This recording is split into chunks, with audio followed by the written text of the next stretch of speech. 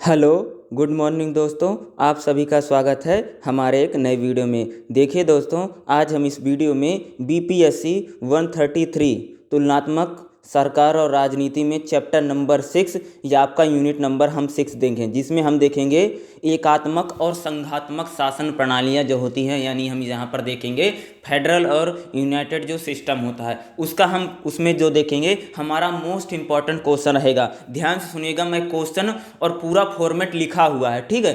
Question को आप जब ये क्वेश्चन आएगा कि संघात्मक सरकार का अर्थ हो और विशेषताओं के बारे में बताइए, या यहाँ पर आपसे क्वेश्चन जो पूछा जाता है कि आपको फेडरल सिस्टम के बारे में बताना है, तो फेडरल सिस्टम कैसे लिखना है पूरा का लिखा हुआ इसी प्रकार से आपको लिख करके आना है।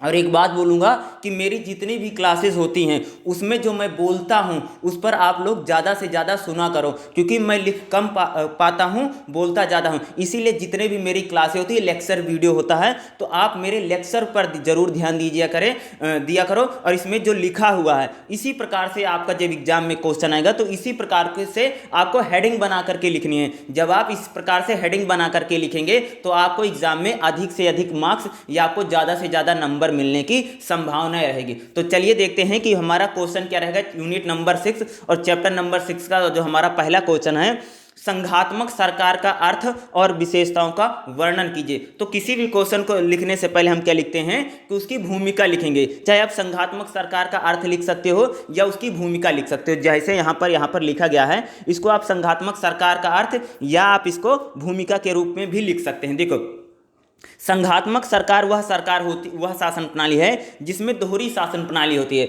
यानी संघात्मक सरकारें हमारी वह सरकारें होती हैं जिसमें हमें डुअल गवर्नमेंट हमें देखने को मिलती है। यानी हमें एक केंद्र सरकार और एक राज्यों की सरकार वहां पर देखने को मिलती है। यानी एक हमारी केंद्र की सरकार रहेगी और एक हमारी राज्यों की सरकार रहेगी, तथा राज्य और केंद्र के में जो शक्तियों का होता है वह बंटवारा किया जाता है। केंद्र और राज्य की शक्तियां जो होती हैं उनको संविधान में, लिखित संविधान में उनकी शक्तियों का क्या किया जाता है, बंटवारा किया जाता है। और लिखित संविधान में ये सारी चीजें क्या रहती, वर्णित रहती। यहाँ दो कार्यपालिका, यानी दो कार्यपालिका का मतलब होता है कि आपकी एक जो केंद्र की कार्यपालिका होगी, दूसरा जो आपका राज्य है उस राज्यों की भी क्या होती है, कार्यपालिका होती है। दो न्यायपालिका का मतलब यहाँ पर वैसे दो न्यायपालिका ये समझ सकते हैं जैसे आप हमारे क्या होते हैं, सुप्रीम कोर्ट और हमारे जो हाई कोर्ट्स होते हैं। और यहां पर दोहरी नागरिकता का प्रावधान भी होता है, क्योंकि आपको एक केंद्र की नागरिकता यानी एक पूरे देश की नागरिकता और एक अपने राज्य या जिस आप स्टेट में रहते हैं उसकी नागरिकता आपकी रहती है। तो मोस्टली जो संघात्मक सरकारें होती हैं इसका सिंपल सा मतलब है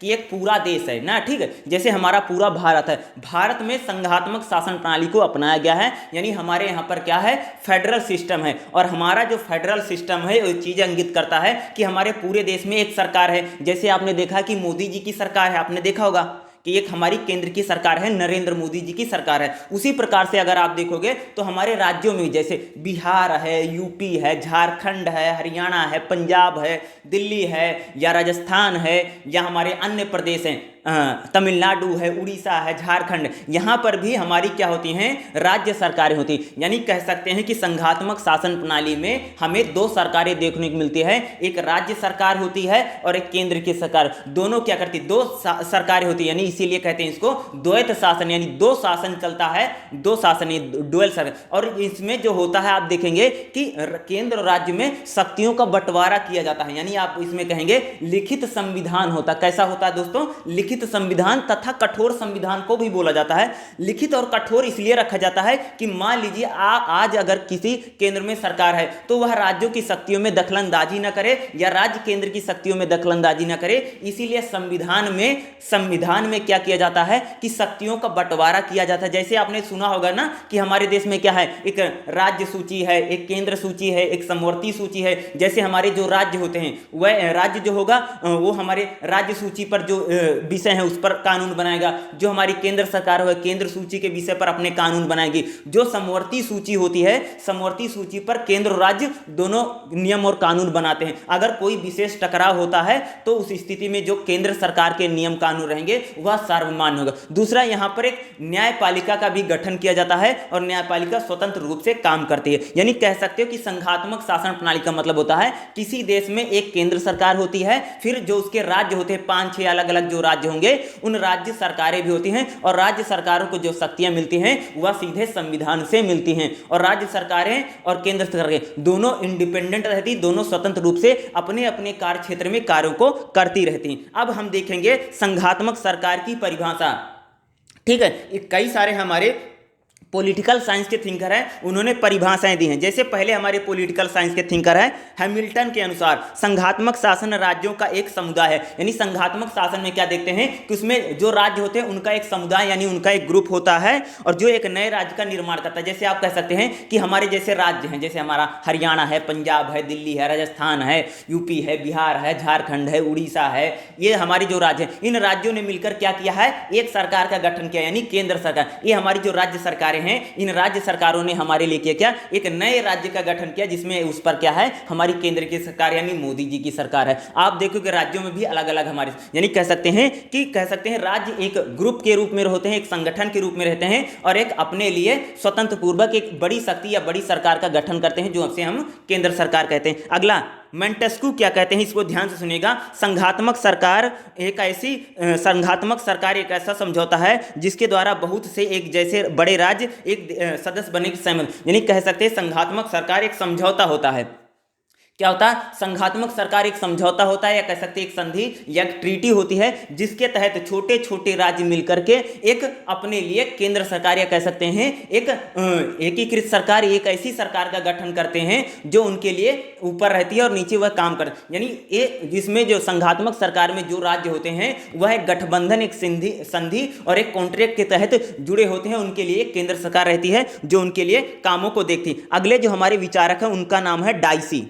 तो ध्यान से देखिएगा डाइसी क्या कहते हैं संघात्मक पर। डाइसी ने क्या कहा, संघात्मक एक राजनीतिक समझौता है, यानी संघात्मक जो सरकारें होती हैं, कह सकते हैं फेडरल जो सिस्टम है हमारा, वह एक समझौते के तौर पर है, राजनीतिक समझौता है, जिसके अनुसार राज्यों के अधिकारों को सुनिश्चित करने के साथ साथ सारे राष्ट्र में एकता को बनाए रखने के लिए ये हमारी केंद्र होती है, सुनिश्चित किया जाता है। यानी कह सकते हो कि संघवाद एक समझौता है, यानी फेडरल सिस्टम के तहत एक समझौता किया जाता है, जिसके अनुसार राज्यों के अधिकारों को सुनिश्चित करने के लिए कह सकते हैं कि साथ साथ उनके लिए एक सरकार का यानी केंद्र सरकार का गठन किया जाता है, जो उन्हें कई प्रकार की सहूलियतें देती हैं और उनका संचालन भी वह करती हैं।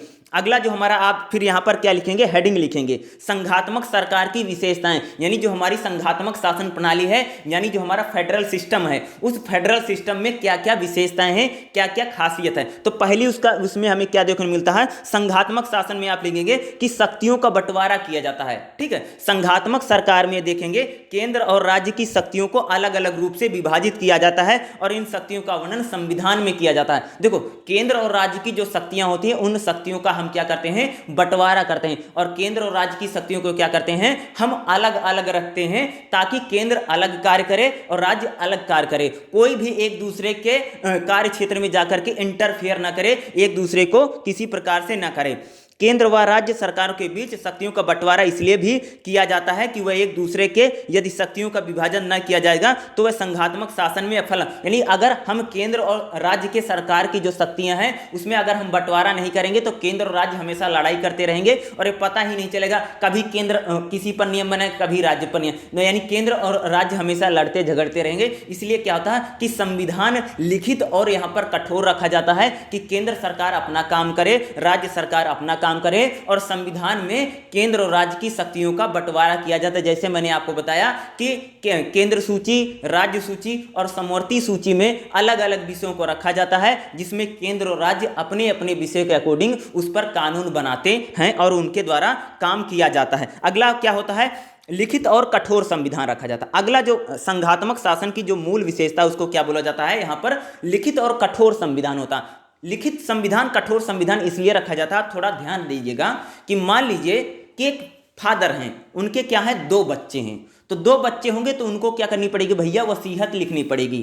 ठीक है। इसीलिए कह सकते हो कि मान लीजिए हमारा जो संविधान है वो फादर है, उसके क्या है, दो बेटे हैं, ठीक है, उसके दो बेटे हैं, एक है केंद्र और एक राज्य है। तो क्या करेगा, अपना संविधान जो अपनी वसीयत लिखेगा, जो उसके कह सकते हैं संविधान अपनी वसीयत में, यानी अपने संविधान क्या करता है, अपने डॉक्यूमेंट में क्या करता है, राज्य और केंद्र की शक्तियों को अलग अलग लिखता है, ताकि उसके दोनों बेटे यानी केंद्र और राज्य आपस में लड़ाई ना करें, आपस में झगड़ा ना करें। अगर वो नहीं लिखा जाएगा, मान लीजिए केंद्र में कोई ऐसी सरकार आ गई, वो राज्यों के अधिकारों को कम कर रही, या राज्यों के अधिकारों का हनन कर रही, या राज्यों के अधिकार क्षेत्रों में अपने कानूनों को बना रही, यानी केंद्र और राज्य में किसी प्रकार की लड़ाई झगड़ा ना हो, इसीलिए क्या होता है कि संविधान में शक्तियों को लिखा जाता है। कठोर संविधान इसलिए रखा जाता है कि केंद्र में कोई सरकार आए तो वह उस संविधान को आसानी रूप से ना बदले, क्योंकि क्या होता है, कई बार जो केंद्र होते हैं वह राज्यों की शक्तियों का हनन करते हैं या राज्यों के अधिकार क्षेत्रों में वह दखलंदाजी करें। ऐसी कोई केंद्र सरकार न आए जो राज्य की शक्तियों को कम कर दे और अपनी शक्तियों को बढ़ाती चली जाए। यानी फेडरल सिस्टम को हमें अच्छा और सुदृढ़ और मजबूत बनाना चाहिए। ठीक है, देखो संघात्मक शासन लिखित संविधान के अति आवश्यक भूमिका, यानी संघात्मक शासन में क्या होता है, लिखित संविधान बहुत ज्यादा जरूरी है, इंपॉर्टेंट रहता है। राज्य तथा केंद्रीय शक्तियों का स्पष्ट विभाजन हमें संविधान में देखने को मिलता है, यानी जहां पर भी संघात्मक शासन है वहां पर जो संविधान रहेगा उसमें राज्य और केंद्रीय का स्पष्ट विभाजन यानी स्पष्ट रूप से उनमें देखने को मिलेंगे। यदि संविधान लिखित नहीं होगा तो हम दोनों सरकारों के मध्य संघर्ष और तनाव में आ जाएंगे, यानी अगर संविधान में शक्तियों का बंटवारा नहीं किया जाएगा तो दोनों सरकारें क्या करेंगी, केंद्र और राज्य लड़ते रहेंगे हमेशा। इसलिए क्या करते हैं, तनाव को कम करने के लिए एक दूसरे के अधिकार क्षेत्र में शक्तियां एक दूसरे के अधिकार क्षेत्र में दखलंदाजी ना करें। राज्य केंद्र के ऊपर कानून बना रहा, केंद्र राज्य के कानूनों पर बनाएगा, तो ये क्या रहेगा, आपस में तनाव बढ़ेगा केंद्र और राज्यों के बीच। इसलिए संविधान में शक्तियों को लिखा जाता है और संविधान को कठोर रखा जाता है। संविधान का लिखित होने के साथ साथ उसका कठोर होना भी अत्यंत आवश्यक है। जहां पर भी संघात्मक शासन प्रणाली है वहां पर संविधान को कठोर रखने के साथ साथ उसको क्या रखा जाता है, कठोर रखा जाता है। यदि ऐसा नहीं होगा तो कोई भी सरकार सफलतापूर्वक संविधान में संशोधन कर देगी या बदलाव कर देगी और कानून परिवर्तित कर सकते हैं, वह नए कानूनों का निर्माण भी कर सकती है जो जनता के लिए हानिकारक हो सकता है। संघात्मक शासन को सुचारू रूप से चलाने के लिए संविधान का लिखित व कठोर होना अत्यंत आवश्यक है। यानी सरकारें, हमारी केंद्र की सरकारें और राज्य की सरकारें बेहतर रूप से काम करें, इसलिए हमें क्या करना चाहिए, संविधान को लिखित में और कठोर रूप में रखना अत्यंत आवश्यक है। इसकी अनुपस्थिति में संघात्मक सरकारों को लागू नहीं किया जा सकेगा। अगर हम संविधान को कठोर और लिखित नहीं रखेंगे तो हम संघात्मक प्रणाली को या फेडरल सिस्टम को लागू नहीं कर पाएंगे, उसमें हमें लागू करने में कई प्रकार की कठिनाइयों का सामना करना पड़ेगा। अगला है न्यायपालिका की सर्वोच्चता। अगला क्या आपका रहेगा, न्यायपालिका क्या रहती है कि सर्वोच्च न्यायपालिका। देखो न्यायपालिका संसाधमक शासन प्रणाली का महत्वपूर्ण, यानी जहां पर भी संसदीय शासन प्रणाली, जहां पर भी फेडरल सिस्टम है वहां पर हमें क्या देखने को मिलता है कि न्यायपालिका एक महत्वपूर्ण अंग में रहेगी जो केंद्र और राज्यों के बीच में आपसी विवादों और मतभेदों को सुलझाने के लिए, यानी हमारी कह सकते हैं जहां पर भी संघात्मक शासन है वहां पर हमें क्या देखने को मिलता है कि संघात्मक शासन में हमें क्या देखने को मिलता है कि वहां पर न्यायपालिका का भी गठन किया जाता है, ताकि अगर इन फ्यूचर में कभी भविष्य में अगर केंद्र और राज्य में आपस में झगड़े हो तो उसका विवादों का निपटारा के लिए एक न्यायपालिका का गठन होगा। संविधान विरुद्ध अगर कोई नियम बनाएगा, मान लीजिए केंद्र मान लीजिए अपने अधिकारों का हनन कर रहा, राज्य अपने अधिकारों का हनन कर रहा, तो क्या होगा कि वह मामले न्यायालय यानी कोर्ट में जाएंगे और कोर्ट में उसका क्या जाएगा, डिसीजन किया जाएगा। और न्यायपालिका को न्यायिक पुनरावलोकन, क्या होता है, न्यायपालिका को न्यायिक पुनरावलोकन यानी रिव्यू का सिस्टम दिया जाता है। देखो मान लीजिए हमारा जो केंद्र सरकार है उसने संविधान कह सकते हैं कि संसद में कोई बिल लेकर के आई जो संविधान का हनन करती है, मौलिक अधिकारों का हनन करती है और राज्यों के अधिकार क्षेत्रों में दखलंदाजी करती है, तो ऐसे में क्या करेगा, कोर्ट उसका आकलन करेगा। अगर वह कानून सही नहीं है, अगर संविधान के अनुरूप हमारी सरकारें अगर कानून के अनुरूप यानी संविधान के अनुरूप अगर कार्य नहीं करती हैं, अगर संविधान के खिलाफ अगर कोई कानून बनाती हैं या फंडामेंटल राइट्स का हनन करती है हमारी सरकारें, तो उस कानून को कह सकते हैं कि कोर्ट जो होगा निरस्त कर देगा, उसको शून्य कर सकता है। यानी हमारे जो कोर्ट हैं उनको देखो, संसद कोई भी कानून बना सकती है, मेरी बात ध्यान से सुनना, संसद कोई भी कानून बना सकती है, लेकिन संसद संविधान की मूल आत्मा यानी उसका जो बेसिक स्ट्रक्चर है उससे छेड़छाड़ नहीं कर सकती है। अगर ऐसा संविधान की मूल आत्मा के साथ या हमारा फंडामेंटल राइट्स या मान लीजिए हमारा जो केंद्र सरकार अगर राज्यों का अधिकारों का हनन करेगी या राज्य केंद्र सरकार के अधिकारों का हनन करेगा, तो ऐसे कानूनों को जो हमारी कोर्ट होगी उसको क्या कर देगी, न्यायिक पुनरावलोकन यानी इसको रिव्यू के तहत उस कानून को शून्य कर सकती है, उस कानून को जीरो कर सकती है। यानी न्यायपालिका स्वतंत्र और निष्पक्ष न्यायपालिका कानूनों की व्याख्या करती है। जहां पर भी संघात्मक शासन प्रणाली होती है, न्यायपालिका क्या करती है, कानूनों की व्याख्या करती है और कानूनों को बताती है। तथा केंद्रीय और राज्य सरकारों के मध्य में अगर कोई झगड़ा होता है तो उसका निपटारा भी न्यायपालिका द्वारा ही किया जाता। अगला क्या होगा, दोहरी नागरिकता।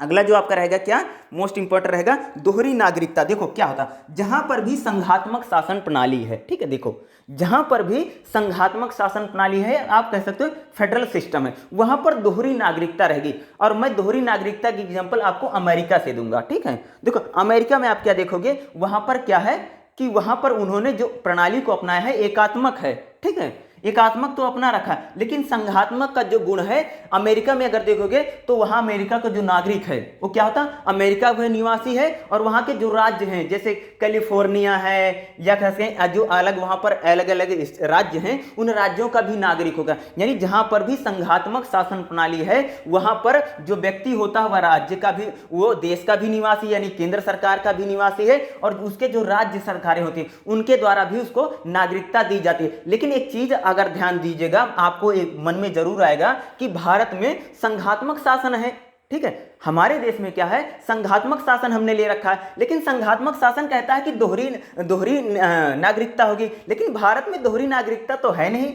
ऐसा कैसे है, देखो भारत जब आजाद हुआ तो उस टाइम क्या किया गया, एकल नागरिकता को रखा गया, क्योंकि हमारा देश जिन परिस्थितियों में आजाद हुआ उस टाइम क्या भारत पाकिस्तान का बंटवारा भी हुआ था। तो इस चीज आपको देखो, हमारे जितने भी कह सकते हैं कि संविधान विशेषज्ञ थे उन्होंने संघात्मक शासन को अपनाया, यानी उन्होंने बोला कि हम पूरे संविधान को फेडरल स्ट्रक्चर में रखेंगे, लेकिन उन्होंने कहा कि हम नागरिकता को दोहरी नागरिकता नहीं रखेंगे, ताकि क्योंकि हमारा देश नया नया आजाद हुआ था, वहां पर किसी प्रकार का विभाजन ना पैदा हो, लोगों में भेदभाव ना हो, इसीलिए हमारे देश में नागरिकता को एकल नागरिकता रखा गया। देखो ऐसा कोई जरूरी नहीं, मेथड नहीं है कि कोई संविधान संघात्मक में रहेगा या एकात्मक में रहेगा। देखो ऐसा होता कि संविधान संघात्मक के गुणों को भी अपना सकता है और एकात्मक के गुणों को भी अपना सकता है, लेकिन संघात्मक शासन में बोला जाता है कि वहां पर दोहरी नागरिकता होती है, एक राज्य यानी एक देश की होगी और एक राज्यों की होगी। लेकिन हमारे देश में क्या है, संघात्मक संविधान है, फिर भी हमारे यहां पर एकल नागरिकता का प्रावधान रखा गया है। इस बात को आप जरूर ध्यान रखिएगा। अगला देखो, द्वैसदनीय विधान पालिका होगी। देखो द्वैसदनीय विधान पालिका का मतलब यह होता है कि आपकी जो केंद्र सरकार होगी उसकी भी क्या होगी भैया, उसकी विधायिका होगी यानी उसकी भी संसद होती है। उसी प्रकार से अगर आप राज्यों को देखें तो राज्यों की भी हमारी क्या होती है, विधानसभा होती है। यानी केंद्र की जैसे केंद्र जो है वो संसद है, संसद में कानून बनाएगी, सारी चीजों को करती है। उसी प्रकार से अगर आप देखोगे जो हमारी राज्य सरकार है उनकी विधानसभाएं भी होती है, यानी हमारी जो विधायिका होगी वह द्वैसदनीय होगी, केंद्र की एक विधायिका संसद होगी, दूसरा हमारे जो राज्य हैं उन राज्यों की भी विधायिका होती है। तो ध्यान दीजिए, संघात्मक शासन व्यवस्था में द्वैसदनीय व्यवस्था सदन होते हैं, जिसमें एक सदन संपूर्ण राष्ट्र का प्रतिनिधित्व करता है। जैसे एक सदन संपूर्ण राष्ट्र का प्रतिनिधित्व करता है, यानी जो आपकी केंद्र सरकार है, जैसे आज हमारा जो संसद है वह संपूर्ण राष्ट्र का प्रतिनिधित्व करती है। वही दूसरी ओर जो प्रांत होंगे, प्रांतों का प्रतिनिधित्व करने के लिए विधानसभाएं होती। जैसे आपने देखा कि हमारा हरियाणा की असेंबली है, पंजाब असेंबली है, या हरियाणा का लेजिस्लेटिव असेंबली है, या दिल्ली की है, यूपी की है, बिहार की है, यहां पर भी हमारी क्या है, विधानसभाएं होती। और हमारे देश के लिए क्या है, लोकसभा है। यानी कह सकते हो कि यहां पर जो विधायिका होगी या व्यवस्थापिका जिसे आप बोलते हैं वह द्वैसदनीय पाई जाती है, केंद्र की व्यवस्थापिका और हमारे राज्यों की व्यवस्थापिका भी होती है। जैसे आप राज्यसभा अस्थाई सदन और लोकसभा जो होता है जनता के द्वारा चुने जाते हैं, जिसका कार्य विधान परिषद होती है। विधान निर्वाचित होने से पहले दोनों को सदनों को पारित होकर गुजरना पड़ता है, जिसमें राज्य सूची, समवर्ती सूची और केंद्र सूची शामिल। यानी कह सकते हो कि जो हमारी जो द्विसदनीय विधायिका का प्रावधान होता है। अब एक चीज मैं आपको बता देता हूं, इसमें एक हेडिंग और लिख लेना, इन्होंने लिख नहीं रखा है, इसमें लिखो द्वैत कार्यपालिका। इसमें एक हेडिंग और लिखिए, मैं बोल रहा हूं, सुनिए आप, ठीक है। पॉइंट एक और लिखो, 5 पॉइंट है, छठा पॉइंट लिखो द्वैत कार्यपालिका। देखो क्या होता है कि द्वैत कार्यपालिका का मतलब होता है जैसे प्रधानमंत्री की भी कार्यपालिका, यानी प्रधानमंत्री की जैसे हमारी कैबिनेट है, जैसे मोदी जी की कैबिनेट मिनिस्टर होते हैं, उसी प्रकार से हमारे जो राज्य हैं उनमें जो हमारे मुख्यमंत्री हैं, मुख्यमंत्रियों की भी कार्यपालिका है, उनकी भी कैबिनेट होती है। यानी कह सकते हो कि जहां पर भी फेडरल सिस्टम या संघात्मक शासन प्रणाली को अपनाया गया है, वहां पर कार्यपालिका होती है। एक केंद्र की कार्यपालिका होती है, एक राज्यों की भी हमारी कार्यपालिका होती है। तो इस हेडिंग को भी क्या करेंगे आप इसमें ऐड करिए, द्वैत कार्यपालिका या दो कार्यपालिका, केंद्र की कार्यपालिका और राज्य की कार्यपालिका होती है। यानी द्वैत कार्यपालिका का भी प्रावधान हमें पाया जाता है संघात्मक यानी संविधानों में या फेडरल जो हमारा सिस्टम होता है। अगला इसका जो लिखेंगे आप क्या लिखेंगे, निष्कर्ष। तो सबसे पहले जैसे यहां पर मैं जो भी चीजें आपके लिए लिख करके लाया हूं, आपको उसी रूप में एग्जाम में लिखना है, क्योंकि इससे क्या रहेगा आपको लिखने का पैटर्न भी समझ में आएगा और आप इसे देख भी सकते हैं। अगर आपको हमारा वीडियो अच्छा लगता है तो आप हमारे चैनल को जरूर सब्सक्राइब कीजिएगा और बड़ी सी बड़ी संख्या में हमारे चैनल के साथ जरूर जुड़िए। और हमारे चैनल को देखने के लिए आप सभी का बहुत बहुत धन्यवाद। हम एग्जाम के लिए बहुत सारी वीडियो आपके लिए लेकर आ रहे हैं, आप हमारे चैनल को चेक कर सकते हैं और आप जाकर के प्लेलिस्ट वाले सेक्शन में इस सब्जेक्ट की कई सारी वीडियो अपलोड कर दी गई हैं, आप उन्हें देख भी सकते हैं। अगला जब आप लिखेंगे निष्कर्ष यानी कंक्लूजन, हम क्या लिखेंगे ध्यान से सुनिएगा। संघात्मक शासन प्रणाली में दोहरी शासन प्रणाली होती है, यानी जो संघात्मक शासन प्रणाली होती है वह दोहरा शासन है, एक केंद्र का शासन, एक राज्यों का शासन, तथा राज्य व केंद्र सरकारों में शक्तियों का विभाजन होता है। यानी संघात्मक शासन में क्या होता है, शक्तियों का विभाजन है, केंद्र और राज्यों के बीच में शक्तियों का बंटवारा होता है, साथ ही शक्तियों का विभाजन संविधान में लिखित रूप में होता है। यानी यहां पर जो शक्तियों का विभाजन है वह लिखित रूप में किया जाता है। संघात्मक शासन में हमें दोहरी नागरिकता, दो कार्यपालिका या दो न्यायपालिका या दो व्यवस्थापिका का भी हमें यहाँ पर प्रावधान होता है। यानी कि यहाँ पर क्या होता है कि दो कार्यपालिका होंगी, एक प्रधानमंत्री जी की कैबिनेट है, एक मुख्यमंत्रियों की कैबिनेट होती है, दो सदन होते हैं, एक हमारा केंद्र की संसद है और विधानसभाओं की हमारी विधानसभाएं होती हैं। वैसे कह सकते हो कि दो न्यायपालिका यानी सुप्रीम कोर्ट और हाई कोर्ट दो न्यायपालिका होती है। उसी प्रकार से दोहरी नागरिकता का भी प्रावधान होता है, यानी जहां पर भी संघात्मक संविधान होता है, हमें संघात्मक संविधानों में देखने को मिला है कि वहां पर दोहरी नागरिकता का प्रावधान है। लेकिन भारत एक क्या है, अपवाद देश है जहां पर फेडरल सिस्टम को अपनाया गया है, फिर भी हमने जो नागरिकता है यानी जो हमने सिटीजनशिप है उसको एकल ही रखा गया है। ठीक है, पहले कश्मीर में जरूर था अपवाद के रूप में कि वहां पर दोहरी नागरिकता थी, लेकिन अब कश्मीर में भी दोहरी नागरिकता नहीं है बल्कि एकल नागरिकता हमारे पूरे देश में अपनाई गई है। इसमें संविधान लिखित व कठोर होता है, क्योंकि जहां पर भी संघात्मक संविधान होगा वह संविधान क्या होता है, लिखित और कठोर संविधान होता है, जिसमें कोई संशोधन नहीं किया जा सकता। यानी कोई ऐसी सरकार ना बने जो आसानी से संविधान को कह सकते हो कि ना तो संविधान बहुत ज्यादा लचीला होता है ना तो बहुत ज्यादा कठोर हो सकता है। शक्तियों का विभाजन देखने को मिलता है, यानी संघात्मक शासन में हमें शक्तियों का विभाजन यानी पावर का बंटवारा हमें यहाँ पर देखने को मिलता है। अधिकारों का हनन कोई ना कर रहा है, इसलिए संविधान को कठोर रखा जाता है। न्यायपालिका की सर्वोच्चता भी प्रधान, यानी यहां पर न्यायपालिका होती है जो केंद्र और राज्यों के बीच में अगर कोई विवाद हो, कोई झगड़ा हो तो उसका निपटारा भी करती है। और जो हमारी न्यायपालिका है वो क्या करती है कि उसको न्यायिक पुनरावलोकन या संविधान की व्याख्या भी करती है। अगर कोई कानून संविधान का उल्लंघन करता है, फंडामेंटल राइट्स का उल्लंघन करता है या किसी भी चीज का किसी भी संशोधन का उल्लंघन में होगा तो उसे न्यायपालिका निरस्त कर सकती है उस कानून को। अतः हम कह सकते हैं कि संघात्मक शासन प्रणाली में हमें दोहरी व्यवस्था उपस्थित देखने को अनिवार्य होती है। यानी यहाँ पर हमें दोहरी व्यवस्था देखने को मिलती है, एक केंद्र की व्यवस्था और एक हमारे राज्यों की व्यवस्था भी देखने को मिलती है। तो आपको एग्जाम में इसी प्रकार से लिख करके आना है। अगर आपको इसका पीडीएफ चाहिए तो हमें जरूर कमेंट करके बता देना। मैं इसके पीडीएफ को यहाँ पर जो आपका डिस्क्रिप्शन बॉक्स होता यहाँ पर मैं इसका पीडीएफ को लिंक कर दूंगा। इसे आप देख भी सकेंगे आराम से और अपने एग्जाम की प्रिपरेशन कर सकते हैं। इसका जो दूसरा पार्ट होगा, अभी तो हमने संघात्मक देखा, इसका जो दूसरा पार्ट है वो है एकात्मक। ठीक है, एकात्मक संविधान कैसे होते हैं, एकात्मक शासन क्या होता है, तो एकात्मक और फिर उसमें 2 क्वेश्चन लेकर आऊंगा। एकात्मक और संघात्मक में क्या समानताएं हैं या क्या अंतर हैं, ये अगला वीडियो आपके लिए आएगा। और बहुत सारी वीडियो हमारे लिए आपके लिए आ रहे हैं, तो आप हमारे चैनल को सब्सक्राइब कीजिए बड़ी से बड़ी संख्या में। और इस वीडियो को देखने के लिए आप सभी का बहुत बहुत धन्यवाद। आप सभी का दिन शुभ हो। जय हिंद, जय भारत।